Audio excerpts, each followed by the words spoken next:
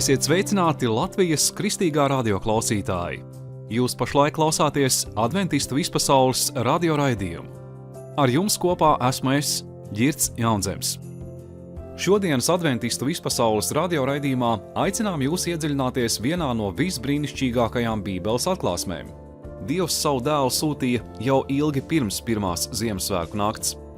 Jau vecajā derībā, praviešu sludinājumos, upuru kalpošanā un apsolījumos cauri gadsimtiem skanēja vēsts par glābēju, kurš nāks pie savas tautas. Un tad, jaunajā derībā, šis senais apsolījums piepildās. Dieva dēls kļūst cilvēks, ienāk mūsu pasaulē, dzīvo, dziedina, piedod un atklāja tēva mīlestību pilnībā. Kā vecā derība norāda uz Kristu? Kā Jēzus dzīve un kalpošana piepilda šos apsolījumus? Un ko tas nozīmē mums šodien? Par to savā uzrunā mums ir dots dēls, runās mācītājs Āvo Štopis. Patīkamu klausīšanos!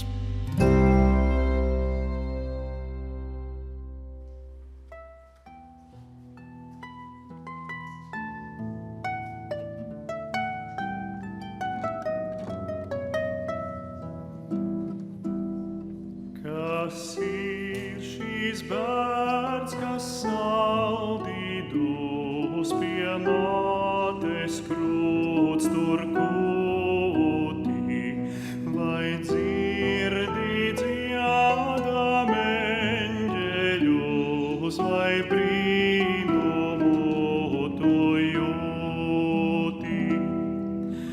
Viņš mums pestītājs, ko Dievs šai naktī dāvinājis.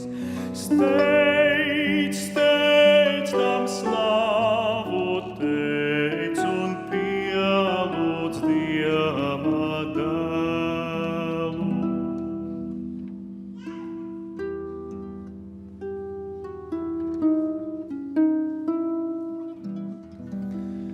Tad nesiet viņam dārgāko, vai nabags bagāts nāciet, nu uzņem savā sirdī to, un gaismā staigāt sāciet. Gods Dievam augstībā, šīs bērns mūs brīvus darīja. Prieks no pasaulē, kad sveicam pestītāju.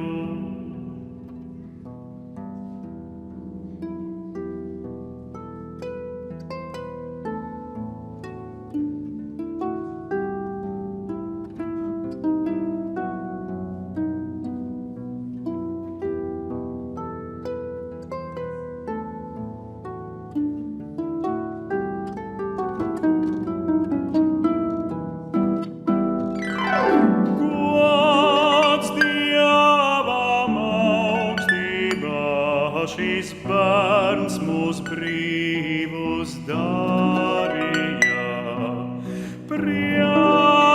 Prieks no pasaulē, kad sveicam pestītāju. Mēs sveicam pestītāju.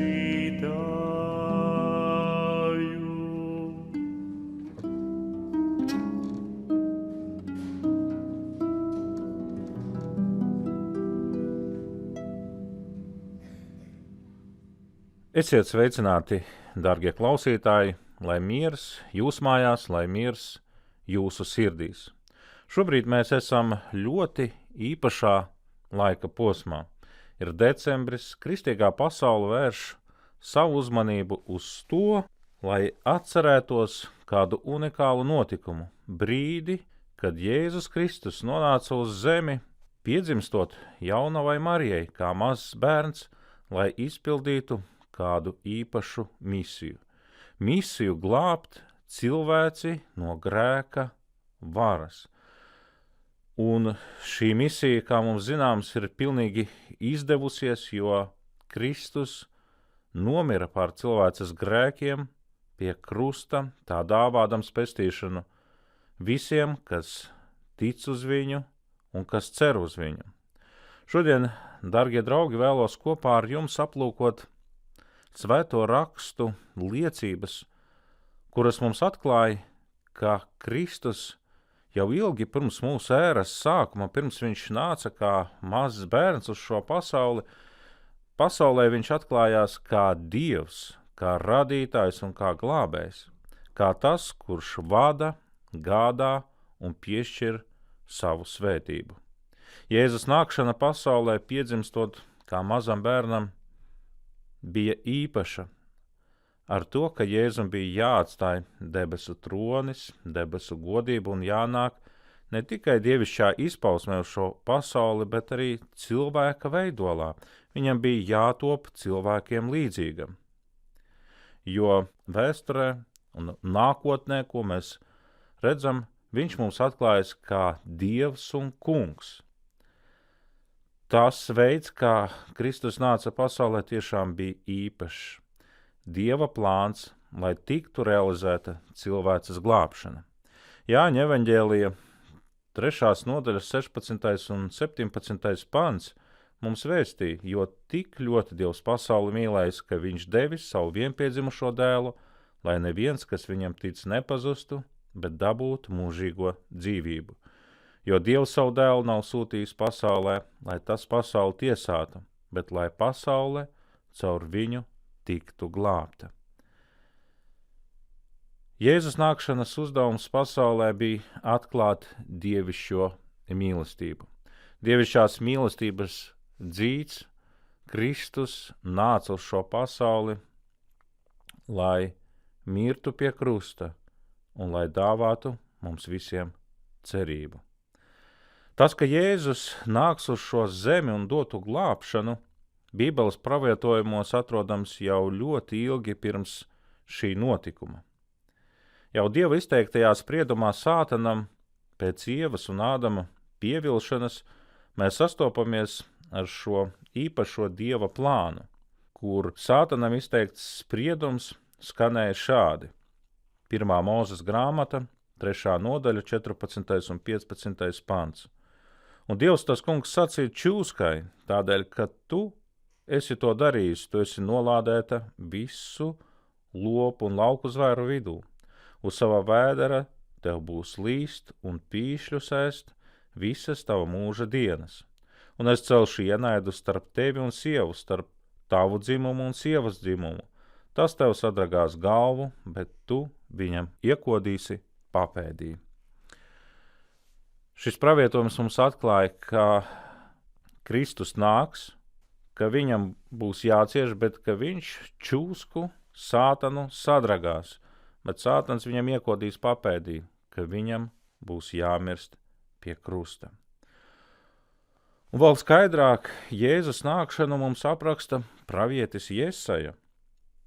Jesajas grāmatas 9. nodaļas 5. pantā mēs lasām, jo mums ir piedzimis bērns, mums ir dots dēls, valdība guļ uz viņa kamiešiem. Viņa vārds ir brīnums, padoma devējs, varenais Dievs, mūžīgais tēvs un miera valdnieks. Mēs šajā rakstvietā redzam, cik daudz tituli tiek piedēvēti Jēzum, kāds ir viņa status debesīs, kāds ir viņa status virs zemes. Tik ļoti daudz. Viņš nosaukts piedzimis bērns, ir dots dēls, un ir teikts, viņa vārds ir brīnums, padoma devējs, varenais Dievs, mūžīgais tēvs un miera valdnieks. Lūkas evaņģēlijā mēs atrodam apstiprinājumu, ka jā, tiešām tas, kurš piedzima Bētlēmē, tas bērns, kurš mums ir dots, tas dēls, ka tas tiešām ir kungs un Dievs. Lūkas evaņģēlija 2. nodaļas 10. un 11. pants. Bet eņģelis uz tiem sacīja, nebīstieties, jo redzēs jums pasludinu lielu prieku, kas visiem ļaudīm notiks, jo jums šodien pestītājs dzimis Dāvida pilsētā, kas ir Kristus, tas kungs. Arī šī rakstvieta mums skaidri norāda. Jēzus piedzimšanas brīdī eņģelis liecina, ka viņš ir pestītājs, ka viņš ir Kristus un viņš ir tas kungs. Šie ir tādi neapstrīdami pierādījumi Kristus dievišķumam, viņa dievišķajai autoritātei. Bet šodien, dargie klausītāji, dargie draugi, māsas un brāļi, vēlos vērst jūsu uzmanību uz to, ka Kristus ir vienmēr gādājis par savu tautu un iesaistījies tās dzīvē dažādās atklāsmes formās, un uz to, ka, lai iepazītu Jēzu, mums vitāli nepieciešams ne tikai viņu iepazīt caur jaunās derības rakstiem, caur evaņģēlijiem, caur vēstulēm, bet ka mēs viņu varam atklāt arī vecajā derībā, kur Jēzus atklājas nevis kā bērns, kurš ir nācis unikālā veidā, bet kā Dievs, kā tas, kurš gādā, kurš vada un kurš arī uztur. Pats Jēzus ir arī par to izteicies. Jāņa evaņģēlija 5. nodaļas 39. pantā mēs lasām Jēzus izteiktos vārdus. Viņš atbildēja jūdiem uz viņu jautājumu, kas viņš tāds ir. Viņš teica, jūs pētiet rakstus, jo jums šķiet, ka tajos jums ir mūžīgā dzīvība, un tie ir, kas dod liecību pār mani. Cik brīnišķīgi vārdi, cik brīnišķīgi Jēzus Kristus norāda. Viņš runā par rakstiem, par vecās derības rakstiem, jo tad, kad Jēzus veica savu šīs zemes kalpošanu, vēl nebija uzrakstīta neviena no jaunās derības grāmatām, un tādēļ mēs esam pārliecināti par to, ka tas, par ko runā Jēzus, par ko viņš saka, jūs pētiet rakstus un domājat, ka tajos jums ir mūžīgā dzīvība, Jēzus saka, jā, tas tā ir, ka tur jūs varat atrast šo ceļu, kā aizsniegt mūžīgo dzīvību, bet viņš norāda kaut ko īpašu. Jēzus saka, ka raksti, vecā derība, ko jūdi pētīja, ko farizeji pētīja, viņi dot liecību par Jēzu. Un jaunā derība paša, Jēzus izteiktie vārdi mūs aizsūta uz tālu pagātni, kur atklājas Jēzus darbs, kur atklājas viņa gādība, kur atklājas viņa misija.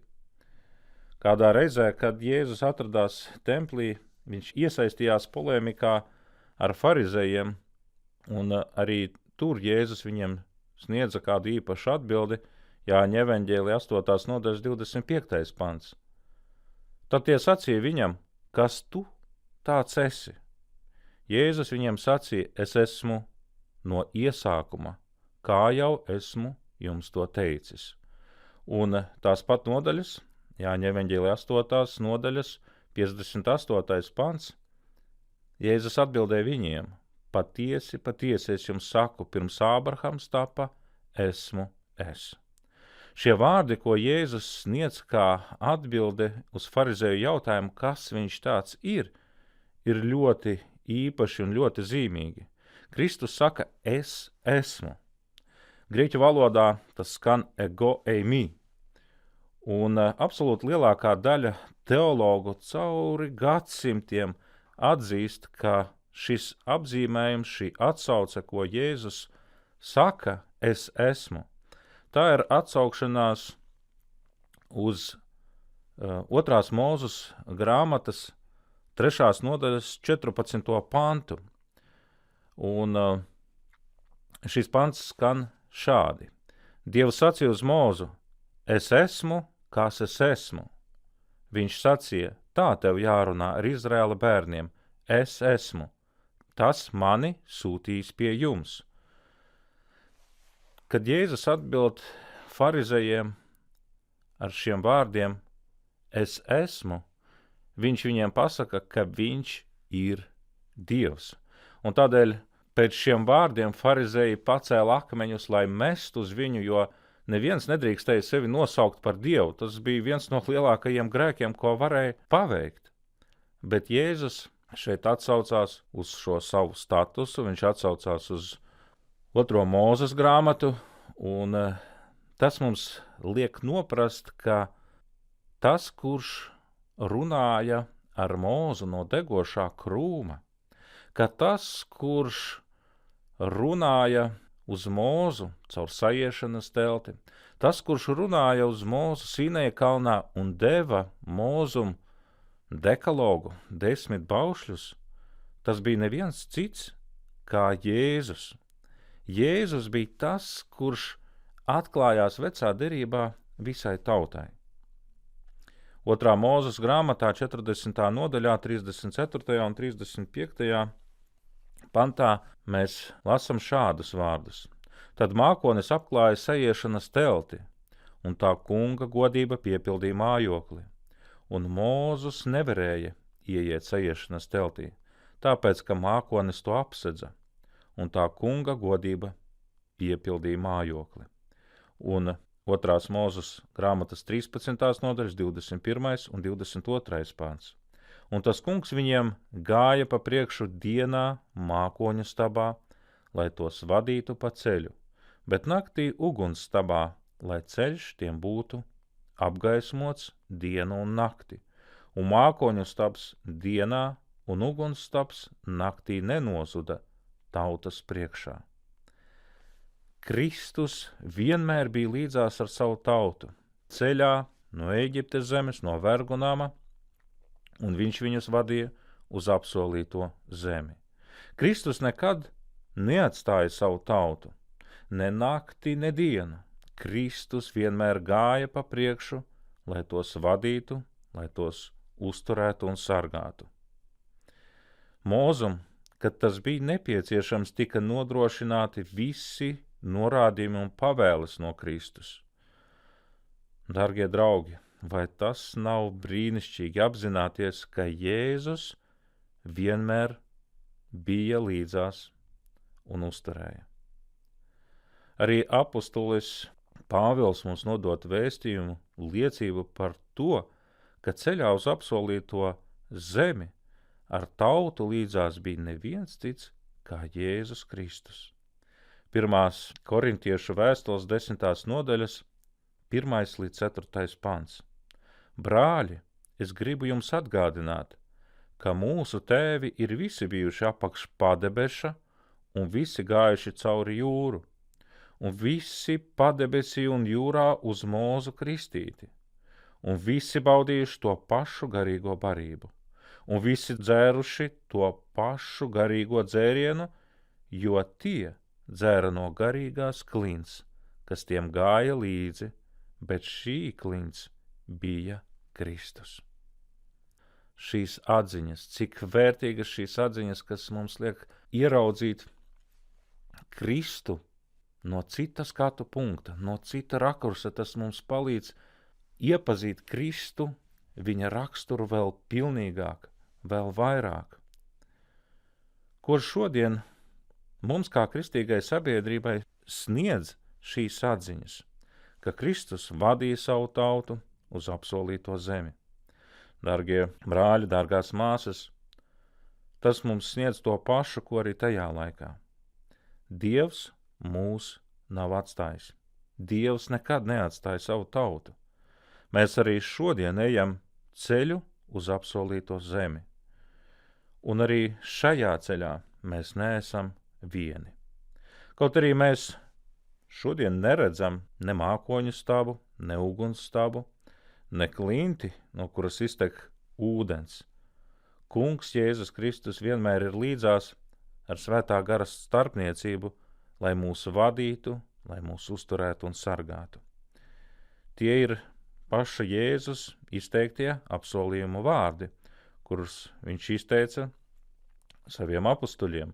Mateja evaņģēlī 28. nodaļas 20. pants. Viņš teica, un redzi, es esmu pie jums ikdienas līdz pasaules galam. Šodien katra kristieša un katra cilvēka, kurš dzīvo virs zemes, viena no vislielākajām vajadzībām ir iepazīt Jēzu Kristu.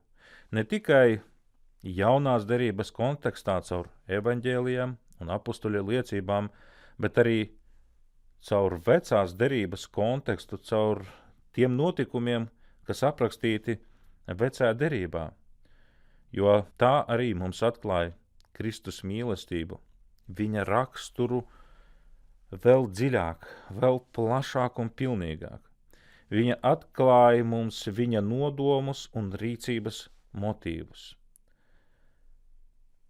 Kristus rakstura dziļāka iepazīšana palīdzēs mums labāk saprast, kāpēc mums šodien jāpiedzīvo ne tikai svētību un laimes brīži, bet kādreiz jāpiedzīvo ciešanas, grūtības, cīņas un izaicinājumi.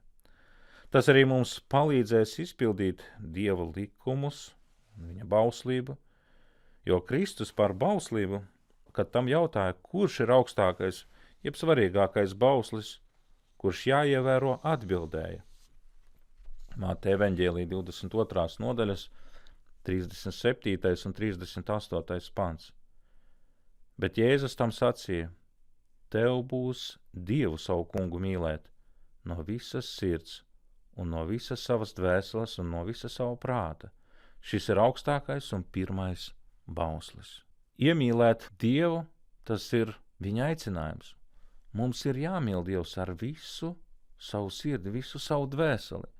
Jo vairāk mēs kādu iepazīstam, jo vairāk mēs mācāmies no kāda rakstura īpašības, jo vairāk mēs iepazīstam viņa rīcības motīvus, jo vairāk mēs mīlam. Un tāpat ir ar Dievu. Jo vairāk mēs viņu iepazīsim, jo vairāk mēs viņu mīlēsim. Un jo vairāk mēs viņu mīlēsim, jo vieglāk mums būs viņam uzticēties. Vieglāk mums būs paļauties uz viņu. Vai tas nav brīnišķīgi? Iegūt paļāvību un uzticību uz kungu. Tas ir vajadzīgs mums visiem, jo mums dzīvē tiešām gadās izaicinājumi un grūtību brīži. Un kungs var mums šajos brīžos palīdzēt un vadīt mūs pie izpratnes, kāpēc mēs sastopamies ar kādām lietām, kas mums kādreiz nav saprotamas un pat liekas nepieņemamas. Dargās māsas un dargie brāļi, Jēzu Kristu, es jūs sirsnīgi aicinu ar pazemīgu rakstu pētīšanu iepazīt Jēzu vēl pilnīgāk, vēl plašāk, lai iepazītu viņu kā mūsu vadoni, kā mūsu ganu, kā mūsu sargu, kā mūsu vareno Dievu. Lai mēs arī varētu savās dzīvēs pievienoties tiem vārdiem, ko ir izteicis ķēniņš Dāvids 23. psalmā no 1. līdz 3. pantam. Tas kungs ir mans gans, man netrūkst nenieka.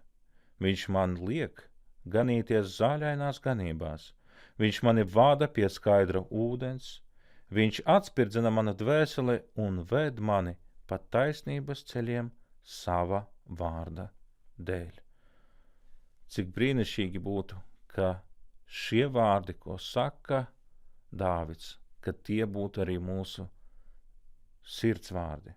Bet tie var kļūt par mūsu sirdsvārdiem, kad mēs dienu no dienas, gaidot Kristus drīzo atnākšanu, meklējam viņu, kad mēs iepazīstam viņu, gan lasot jauno derību un pētot tās atziņas, gan lasot un pētot veco derību, gan caur lūgšanu dzīvi, gan caur kopīgiem piedzīvojumiem ar Kristu. Kad viss šis kopums būs mūsu dzīvē, tad tiešām mēs varēsim teikt, ka tas kungs ir mūsu gans, ka mums nenieka netrūkst un ka viņš ir tas, kas mūs vada un ka viņš ir tas, kas mūs uztur. Dargie draugi, es vēlos jums uzdot kādu ļoti īpašu jautājumu, uz kuru jums jāatbild pašiem priekš sevis. Kurš ir jūsu dzīves gājuma priekšgalā? Kurš ir tas, kas jūs vada? Varbūt, ja esat jūs paši, turat savas dzīves vadības grožus. Varbūt tas ir grēks, kurš jūs vada un tur savās važās un vada dzīves neceļos. Vai tomēr jūs esat uzticējuši savu dzīvi vadīt Kristum? Sniedziet atbildi paši sev, pilnīgu, godīgu un atklātu atbildi. Un no tās atbildes arī veiciet secinājumus. Bet es jums gribu teikt, ka vislabākais ir savas dzīves vadību uzticēt Kristum, jo viņa vadībā visas lietas ir iespējamas. Tādēļ es jūs sirsnīgi aicinu, sekojiet Jēzum, kā viņa mīļotie bērni, kā tie, par kuriem viņš nodevis savu dzīvību, lai jums piešķirtu glābšanu. Un kad jūs sekosiet Kristum, kad jūs uzticēsieties viņam, tad tiešām jūsu dzīvē varēs piepildīties kāds brīnišķīgs apsolījums, ko mēs atrodam pravieša Mihas grāmatas 2. nodaļas 12. un 13. pantā.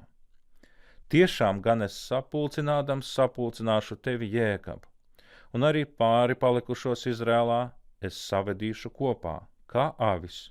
Es viņus novietošu vienkopu stiprā kūtī un kā ganāmo pulku aplūkos, lai visas malas būtu pilnas cilvēku trokšņa. Viņu priekšā ies šķēršļu salauzējs. Viņi izlauzīsies un izies pa vārtiem, viņu ķēniņš ies viņiem pa priekšu, un tas kungs būs viņu vadonis. Kad mēs uzticamies kungam, viņš ir tas, kurš iet pa priekšu. Viņš ir mūsu vadonis, un viņš var noņemt jebkurus šķēršļus mūsu dzīvē. Es visiem to sirsnīgi novēlu.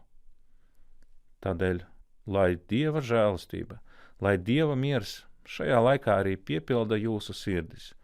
Meklējiet kungu, un viņš atsauksies jums. Viņš ir atrodams šajā laikā. Pētiet rakstus, lūdziet un uzticiet savas dzīves vadību viņam, un tad jūs baudīsiet zemes svētību. Jūs baudīsiet Dieva atklāsmi jūsu dzīvēs. Lai miers jūsu sirdīs. Āmen.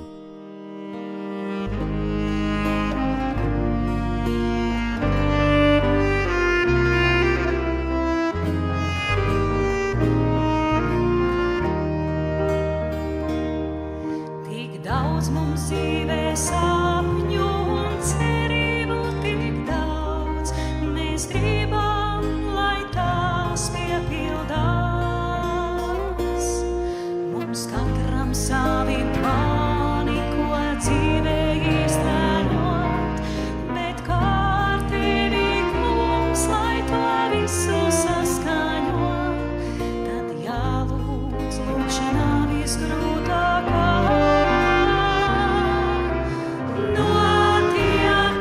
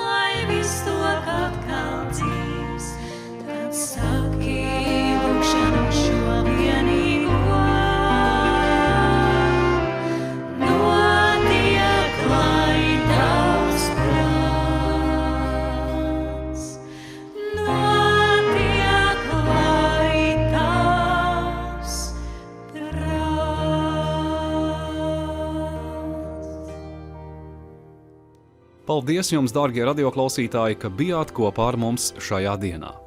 Nākamo raidījumu varēsiet klausīties nākošajā sestdienā 8:00 no rīta, bet šī raidījuma atkārtojums izskanēs pēc pusnakts. Lai jums svētīga turpmākā diena!